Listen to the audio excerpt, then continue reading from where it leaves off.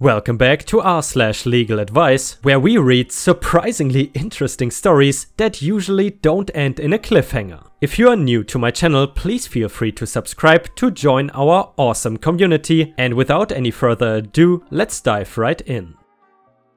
And the first one is titled, Charged with Fake ID in Washington Was Not Fake. Hey guys, although I'm really upset about this, I will try to save you the diatribe. I am a first-year student at a university in Washington State. Because I am not a traditional student, I am currently 24 years old but admittedly look young. I went to a liquor store 3 days ago to buy some booze for the weekend. I live off campus and not in dorms, and so there is no issue there. When I went to buy booze, I was stopped by an undercover police officer that was just hanging outside the store. He asked for my ID and obviously I gave it to him because I am legal. He then claimed my ID was fake and said he would run it. It is a New Jersey ID, so I guess he thought out of state means fake. Anyway, he then said that my ID was not confirmed as real and that he was charging me with possession of a fake ID. So not only did he give me a ticket, but he took my real ID that I need to drive. I was not charged with any MIP or anything like that, so it makes no sense. If he thought I was underage, would he do that too? So I had a friend come pick me up and we drove to the police station to complain. The supervisor said it was out of his hands, but they knew it was fake and would be handled as such. I have no effing idea what to do now. I cannot drive without my license and I don't want to go to the DMV to get a new one if it could cause issues. With that said, I don't want to wait until my court date in June to sort this out. If the police refuse to give me my ID that was seized as evidence, can I just go to the DMV to get a new one? I have a summer job and cannot have a charge on my record, so what in the hell do I do? Between college and living, I don't make enough for an attorney as my job money goes toward tuition. Student Legal Services also said they could not help with a criminal matter like this. Where do I go from here? Is there an avenue to end this that I'm missing? TIA. Guys, I'm curious, did something similar ever happen to you? Personally, I never had a fake ID, but actually my girlfriend had one in Thailand because you are allowed to drink there at age 21 and back then she was 20 years old as far as I can remember. Obviously over there you don't get charged for having a fake ID. If you have any idea what OP could do, let us know in the comments. And by the way, a user in the comments mentioned, keep complaining up the chain of command. Bring whatever ID you have that can verify. But I gotta say, other than that comment, there have not been many insightful comments in this regard. And now we will read the update to the ID story. Primarily, I want to thank you all for the help and providing clarity. I was clearly getting some tunnel vision and not thinking through the possible routes to handle this all, so all of you here really made my life easier. I ended up calling the court who transferred me to the prosecuting attorney's office. The woman I spoke with was incredibly helpful and told me they obviously are not charging me with anything and that the idea to take the passport in was good. She actually called the police department for me and told them to give my ID back if I brought in a passport as you all suggested. She also stated that the only record of the incident would be internal. Yesterday, I went to the police station with a passport and got my ID back within about 5 minutes. The police chief talked to me and told me how sorry he was and said that the officers that made my life harder would be disciplined. While that may or may not be the case, I really appreciated the apology and it seemed like it came from the heart.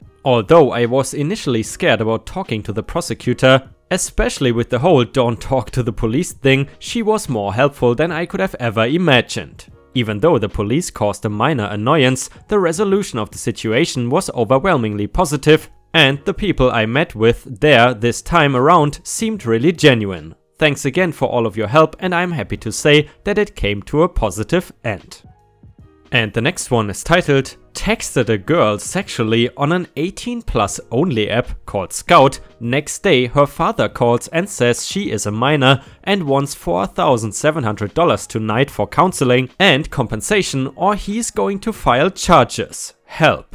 I messaged this girl on the app a couple days ago saying hey. She replied and said, message me your number and I will text you. Keep in mind, to use the Scout adult app you need to sign an agreement that you are at least 18. I was an idiot and gave out my number. She texted me the next day and we sexted about 10 minutes. I received only one nude pic and it looked like just some random picture. I sent a few things and she stopped texting. Today her dad calls me and says she is actually a minor and he's willing to not press charges if I am willing to help him out by Western Unioning him almost $5,000. I am really scared. I am 25, live in DFW, which I suppose is Dallas or Fort Worth, but please correct me if I'm wrong, and never been in any trouble my whole life. I also have a great career. She supposedly lives in SC somewhere. Is he bluffing or not? That is what I'm faced with. If he is not and he does press charges, will I be okay since she lied when signing up for the site? The last thing I want to do is go to court. Guys, I'm curious, how do you feel about this story? Do you think OP is the victim, or would you say that the father is doing the right thing? I mean, obviously, in case the girl was a minor, then the father is sort of doing the right thing, but to me at least, it sounds a bit like a blackmailed scam. Update to the dating app story from before. I did as you guys have informed me. I blocked his number and did not hear anything back until the next day. When I woke up, I had another text from him. I could tell because it was the same area code on a different phone. It said my name. Why did you block me? I was starting to think you're a nice guy, but I guess you want to get the police involved. It would be a shame to expose you at work like this as well.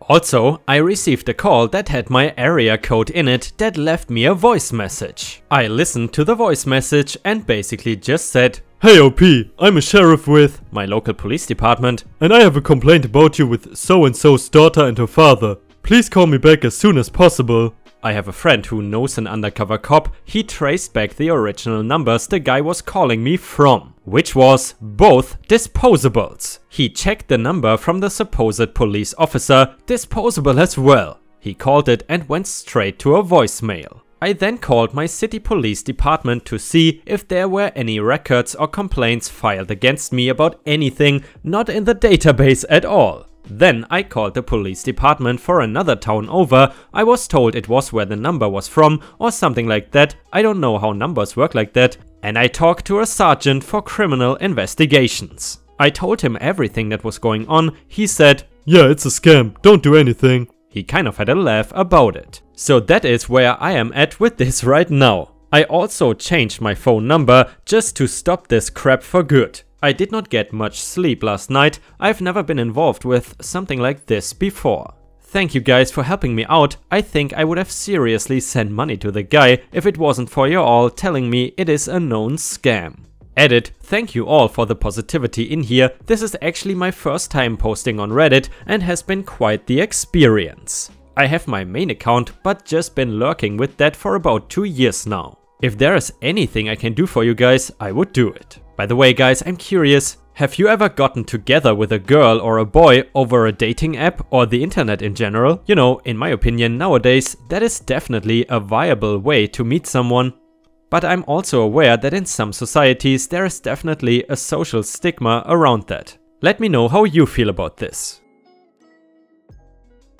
How can a judge order my cousin to pay child support even though the baby was never even born? And guys, I gotta warn you, this story is kind of weird and it seems like the OP, or rather his cousin, is the bad person in this story. But let's see what you think about it. Hey r/LegalAdvice, so I'm not saying my cousin is not a jerk, because when I tell the story about what happened, I'm sure everyone will think that he was. I just have a question about the whole thing. So, my cousin got some girl pregnant and he did not want to be a dad, but she wanted to keep it. Now, he is a jerk for doing this, but he got that abortion drug and gave it to her in a drink a couple of times. She has heart problems or something and she ended up in the hospital and she lost the baby. The cops figured out what he did and he got charged for trying to kill her and her losing the baby. So, he has to be in jail at least 18 years before he can get parole or get out. But the judge also figured out how much he would have had to pay her child support under the Florida law for 18 years if she has not lost the baby, and the judge made an order that my cousin has to pay her all that money too. Now, as I said, he's a jerk and I don't think he did a good thing, but I just want to know, how could they make him pay child support for 18 years if the baby was not born? He tried to appeal and lost. My aunt and uncle are really upset about what he did, and it is a sore spot, so I cannot ask them, and my parents won't talk about it neither. And a person in the comments mentioned punitive damages are awarded by a jury in a civil case. If a judge awarded this as part of a criminal case, it is some sort of restitution, not punitive damages. And guys, I gotta be honest, I was kind of shocked when I first read this post. Let me know how you feel about this in the comments. But honestly, giving someone this type of abortion drug without them even knowing is way beyond being a jerk. So yeah, as I said, the OP seems kind of weird, as well as his cousin. And now onto the update to the baby story from before. My other post was here, so I wanna say thanks to everyone who tried to help and answer my question. I did learn a lot, but I still was not sure all about things like punitive damages or restitutions. So I asked one of my teachers and I told her all about my cousin, and she listened to me and explained it. She said that my cousin had to pay because he got sued by the girl he gave the drugs to. That is why he had to go to court 2 times and have 2 different lawyers, because it was 2 different things. She said the money my cousin has to pay for 18 years of child support was what she won from suing him. So now I understand, and I learned some stuff about the law in Florida and everywhere else too. My teacher is gonna talk to my parents for me too, so they can know I don't like having to talk to my cousin and to visit him.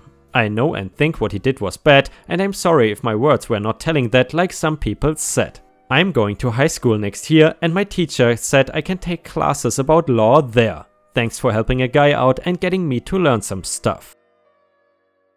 And the next one is titled, Toronto, landlord let cleaners into my condo without consent. $1,700 worth of property stolen. So I just moved from one rental condo to another here in Toronto. I have the original condo until March 31st. Since I had both units for a whole month, I had left some things behind to move over at my leisure. Earlier this week, my property manager confirmed with me he would be doing his inspection on March 31st, which is tomorrow. I agreed and told him I would go leave the keys at the concierge, and by the way, I think that is the French pronunciation, I have no idea how to say that in American English, for him to pick up on the 30th, and that I had a few items there I was still dealing with. Today is the 30th and I went to collect the last of my belongings and drop off the keys. They are gone and there are a bunch of cleaning supplies there. No cleaning has been done. I call the property manager and ask where my stuff is and why is there cleaning stuff in the condo.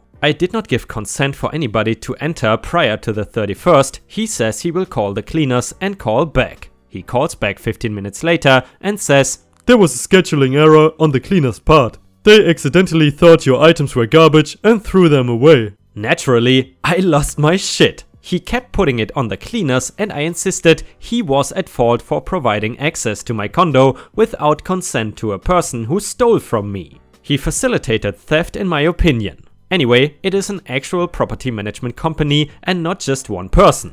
I don't at all trust them to repay me the $1,700 for my stolen items. I sent them a list and he said he would review it with their team tomorrow morning and respond immediately. I'm going to call the tenant board in the morning and I'm not sure if I should file a police report tonight or wait and see what happens tomorrow. Advice on that would be good. But I am mostly looking for someone to tell me what I can expect if they don't reimburse me. Do I take them to small claims? Take the cleaners to small claims? Or maybe even both? Do I stand any chance of getting the full amount through this process? Thanks for any help. Update: police report has been filed. They have to assign a detective to it before anything happens on their end. They told me to follow up tomorrow and indicated they may assist in attaining security footage if necessary. I am not expecting much out of the police, as it has been indicated by posters here that this is a civil dispute. I also contacted the cleaning company to find out what time they were there and get his version of events. He apologized, admitted fault in misunderstanding the schedule and confirmed that he threw every item down the garbage chute. Now I am definitely going to try to obtain the elevator security camera footage to see if that is true or not. I filed a T2 form this morning, 31st, with the tenant board indicating an unlawful entry, explained everything with dates and times, and there is a section where you propose recourse. one of which is reimbursement for lost or damaged property. I listed each item as detailed as possible with values. They will schedule a hearing in 3 to 6 weeks. I can cancel this if the property manager settles with me before then. The property manager is having a meeting with their team this morning to discuss my list of stolen property. They are to respond by 12 PM today, 31st. I told him if I don't hear from him, I'm calling him at 12 o'clock. And now, update number 2. I got a call back from the PM after their meeting. They discussed with the cleaner and the cleaner concedes it was his fault and is willing to pay. They said he does not make a lot of money and asked if I would accept a reduced amount. I told them the number I gave is what it will cost me to replace those items and I expect the full amount. The cleaning company should have insurance and I'm not made of money either. The property manager, I assumed, discussed with their legal counsel during the meeting. They are insistent they have zero fault in this situation as they have a work order with the cleaner for March 31st. I argued that I never agreed for anybody to enter on the 30th and they facilitated the unlawful entry by handing over the keys. They want to work with me as a middleman to settle with the cleaner. I told them if he agrees to pay in full, that is fine. If not, I am proceeding with my T2 claim against them with the tenant board and we will have the hearing. They will discuss with the cleaner again and let me know today. Guys, I'm curious, how would you handle this situation? It seems like the cleaners, aka the company behind them, does not really want to take any responsibility, so I think the OP is handling it quite well. Either way, let us know what you think in the comments. Update to the Toronto landlord story from before. This morning the police called me back to file the police report. The case was sent to 14th Division and has to have a detective assigned to it before they proceed with anything. I am supposed to call back tomorrow. They indicated they could help attain security camera footage from the building if needed. Other than that, I don't expect much as posters here have indicated this is a civil matter. I then called the property manager around 9 AM to get the name of the cleaning company and time of entry. He did not know the time, so I called the cleaner myself. He apologized for the confusion, said it was a scheduling mistake and explained how tenants often leave stuff behind that he has to throw out. I told him the value of my belongings and ran him through the list when he questioned me. I told him to contact the property managers as they were meeting this morning, and I expect between the two of them that I will be reimbursed in full. Then I filled out a T2 form and submitted it to the tenant board. It says the reason for the complaint is unlawful entry by the landlord and proposed remediation is reimbursement for lost or damaged property. I listed everything in detail and wrote out the whole story. The property manager's team had their meeting with legal counsel this morning. During this time, they contacted the cleaner admitted fault to them and offered to settle. The PM called me around noon to tell me this. The position of the property management company at this point is that they have a work order with the cleaner for March 31st, so they have no fault for their entry on the 30th and are not responsible for my lost items. They said the cleaner does not make much money and can only afford to pay a reduced amount. I told them that first, I expect to be paid back for the full replacement cost of my belongings. Second, as far as I am concerned, the property manager allowed access without permission to a third party without discussing it with me. They are responsible for the unlawful entry and ensuing theft of property. My issue is not just with the cleaner. He said he would call the cleaner again to see if he would pay the full amount. From what I can see in the Ontario Landlord and Tenant Act, there is no provision for a landlord to hand the keys over to a third party without discussing it with me first. A question I will be asking a lawyer is if the landlord is supposed to be present to physically unlock the condo. As a tenant, it feels like a violation of my privacy and rights to have an unknown person handed the keys to my home without me even knowing about it. I just got a call back from the property manager at about 6 PM. He says the cleaner is offering $600. I tell him there is no chance I am accepting anything but the full amount. Again, I reiterate that my issue is more with the management company than it is with the cleaner. He tells me that the cleaner will go through insurance and their attorneys will be real tough with me and expect receipts, etc. He says he was trying to do me a favor negotiating with the cleaner as a middleman. I told him he's not the middleman, his company is at fault, and I won't be individually battling the cleaner in small claims. I have already filed the T2 with the tenancy board against the property manager, and we will see what they award for damages from that hearing before any other avenues are pursued. Needless to say, this is now out of my wheelhouse as far as who I should go after for what. I think I am on the right track, going to the tenant board with the property manager and not chasing the third-party contractor I personally had no arrangements with. I will be contacting a lawyer tomorrow to make sure I get this moving in the right direction. Any thoughts or comments on whether I am doing this right or not is appreciated. And now on to the last update to the cleaner story. This is going to be long, there's a too long didn't read at the end. After those threats, I felt like I was probably correct in pursuing the landlord, but the comments were a bit of a mixed bag of advice. As I said I would, I sought counsel here in town. I saw a paralegal that was supposedly in this area of law referred through the law society. What an enormous waste of time. After I explained the entire situation to the paralegal and how I didn't know if I should go after the property manager at the tenant board or the cleaner in small claims or both in small claims, the guy basically despondently nodded and said, "Yeah, that's a real tough one. What do you want to do?" It was frustrating that a legal professional in Toronto could not give me any better direction than Reddit. I left no wiser than I arrived and decided to just go through the process with the LTB and feel it out. It did not feel worth my time or money to seek additional counsel. There was a preliminary hearing at the LTB in April where the property manager and I were each allowed to give our version of events, attempt mediation, and then the board member would determine if the case would go to a formal hearing. After telling my side of things, the property manager did not dispute any of the events. The board member said that the cleaner was an agent of the landlord and advised the property manager they would be required to pay any damages to me that may be awarded. This was very good to hear as it finally confirmed I was correct to go after the property manager and not the cleaner.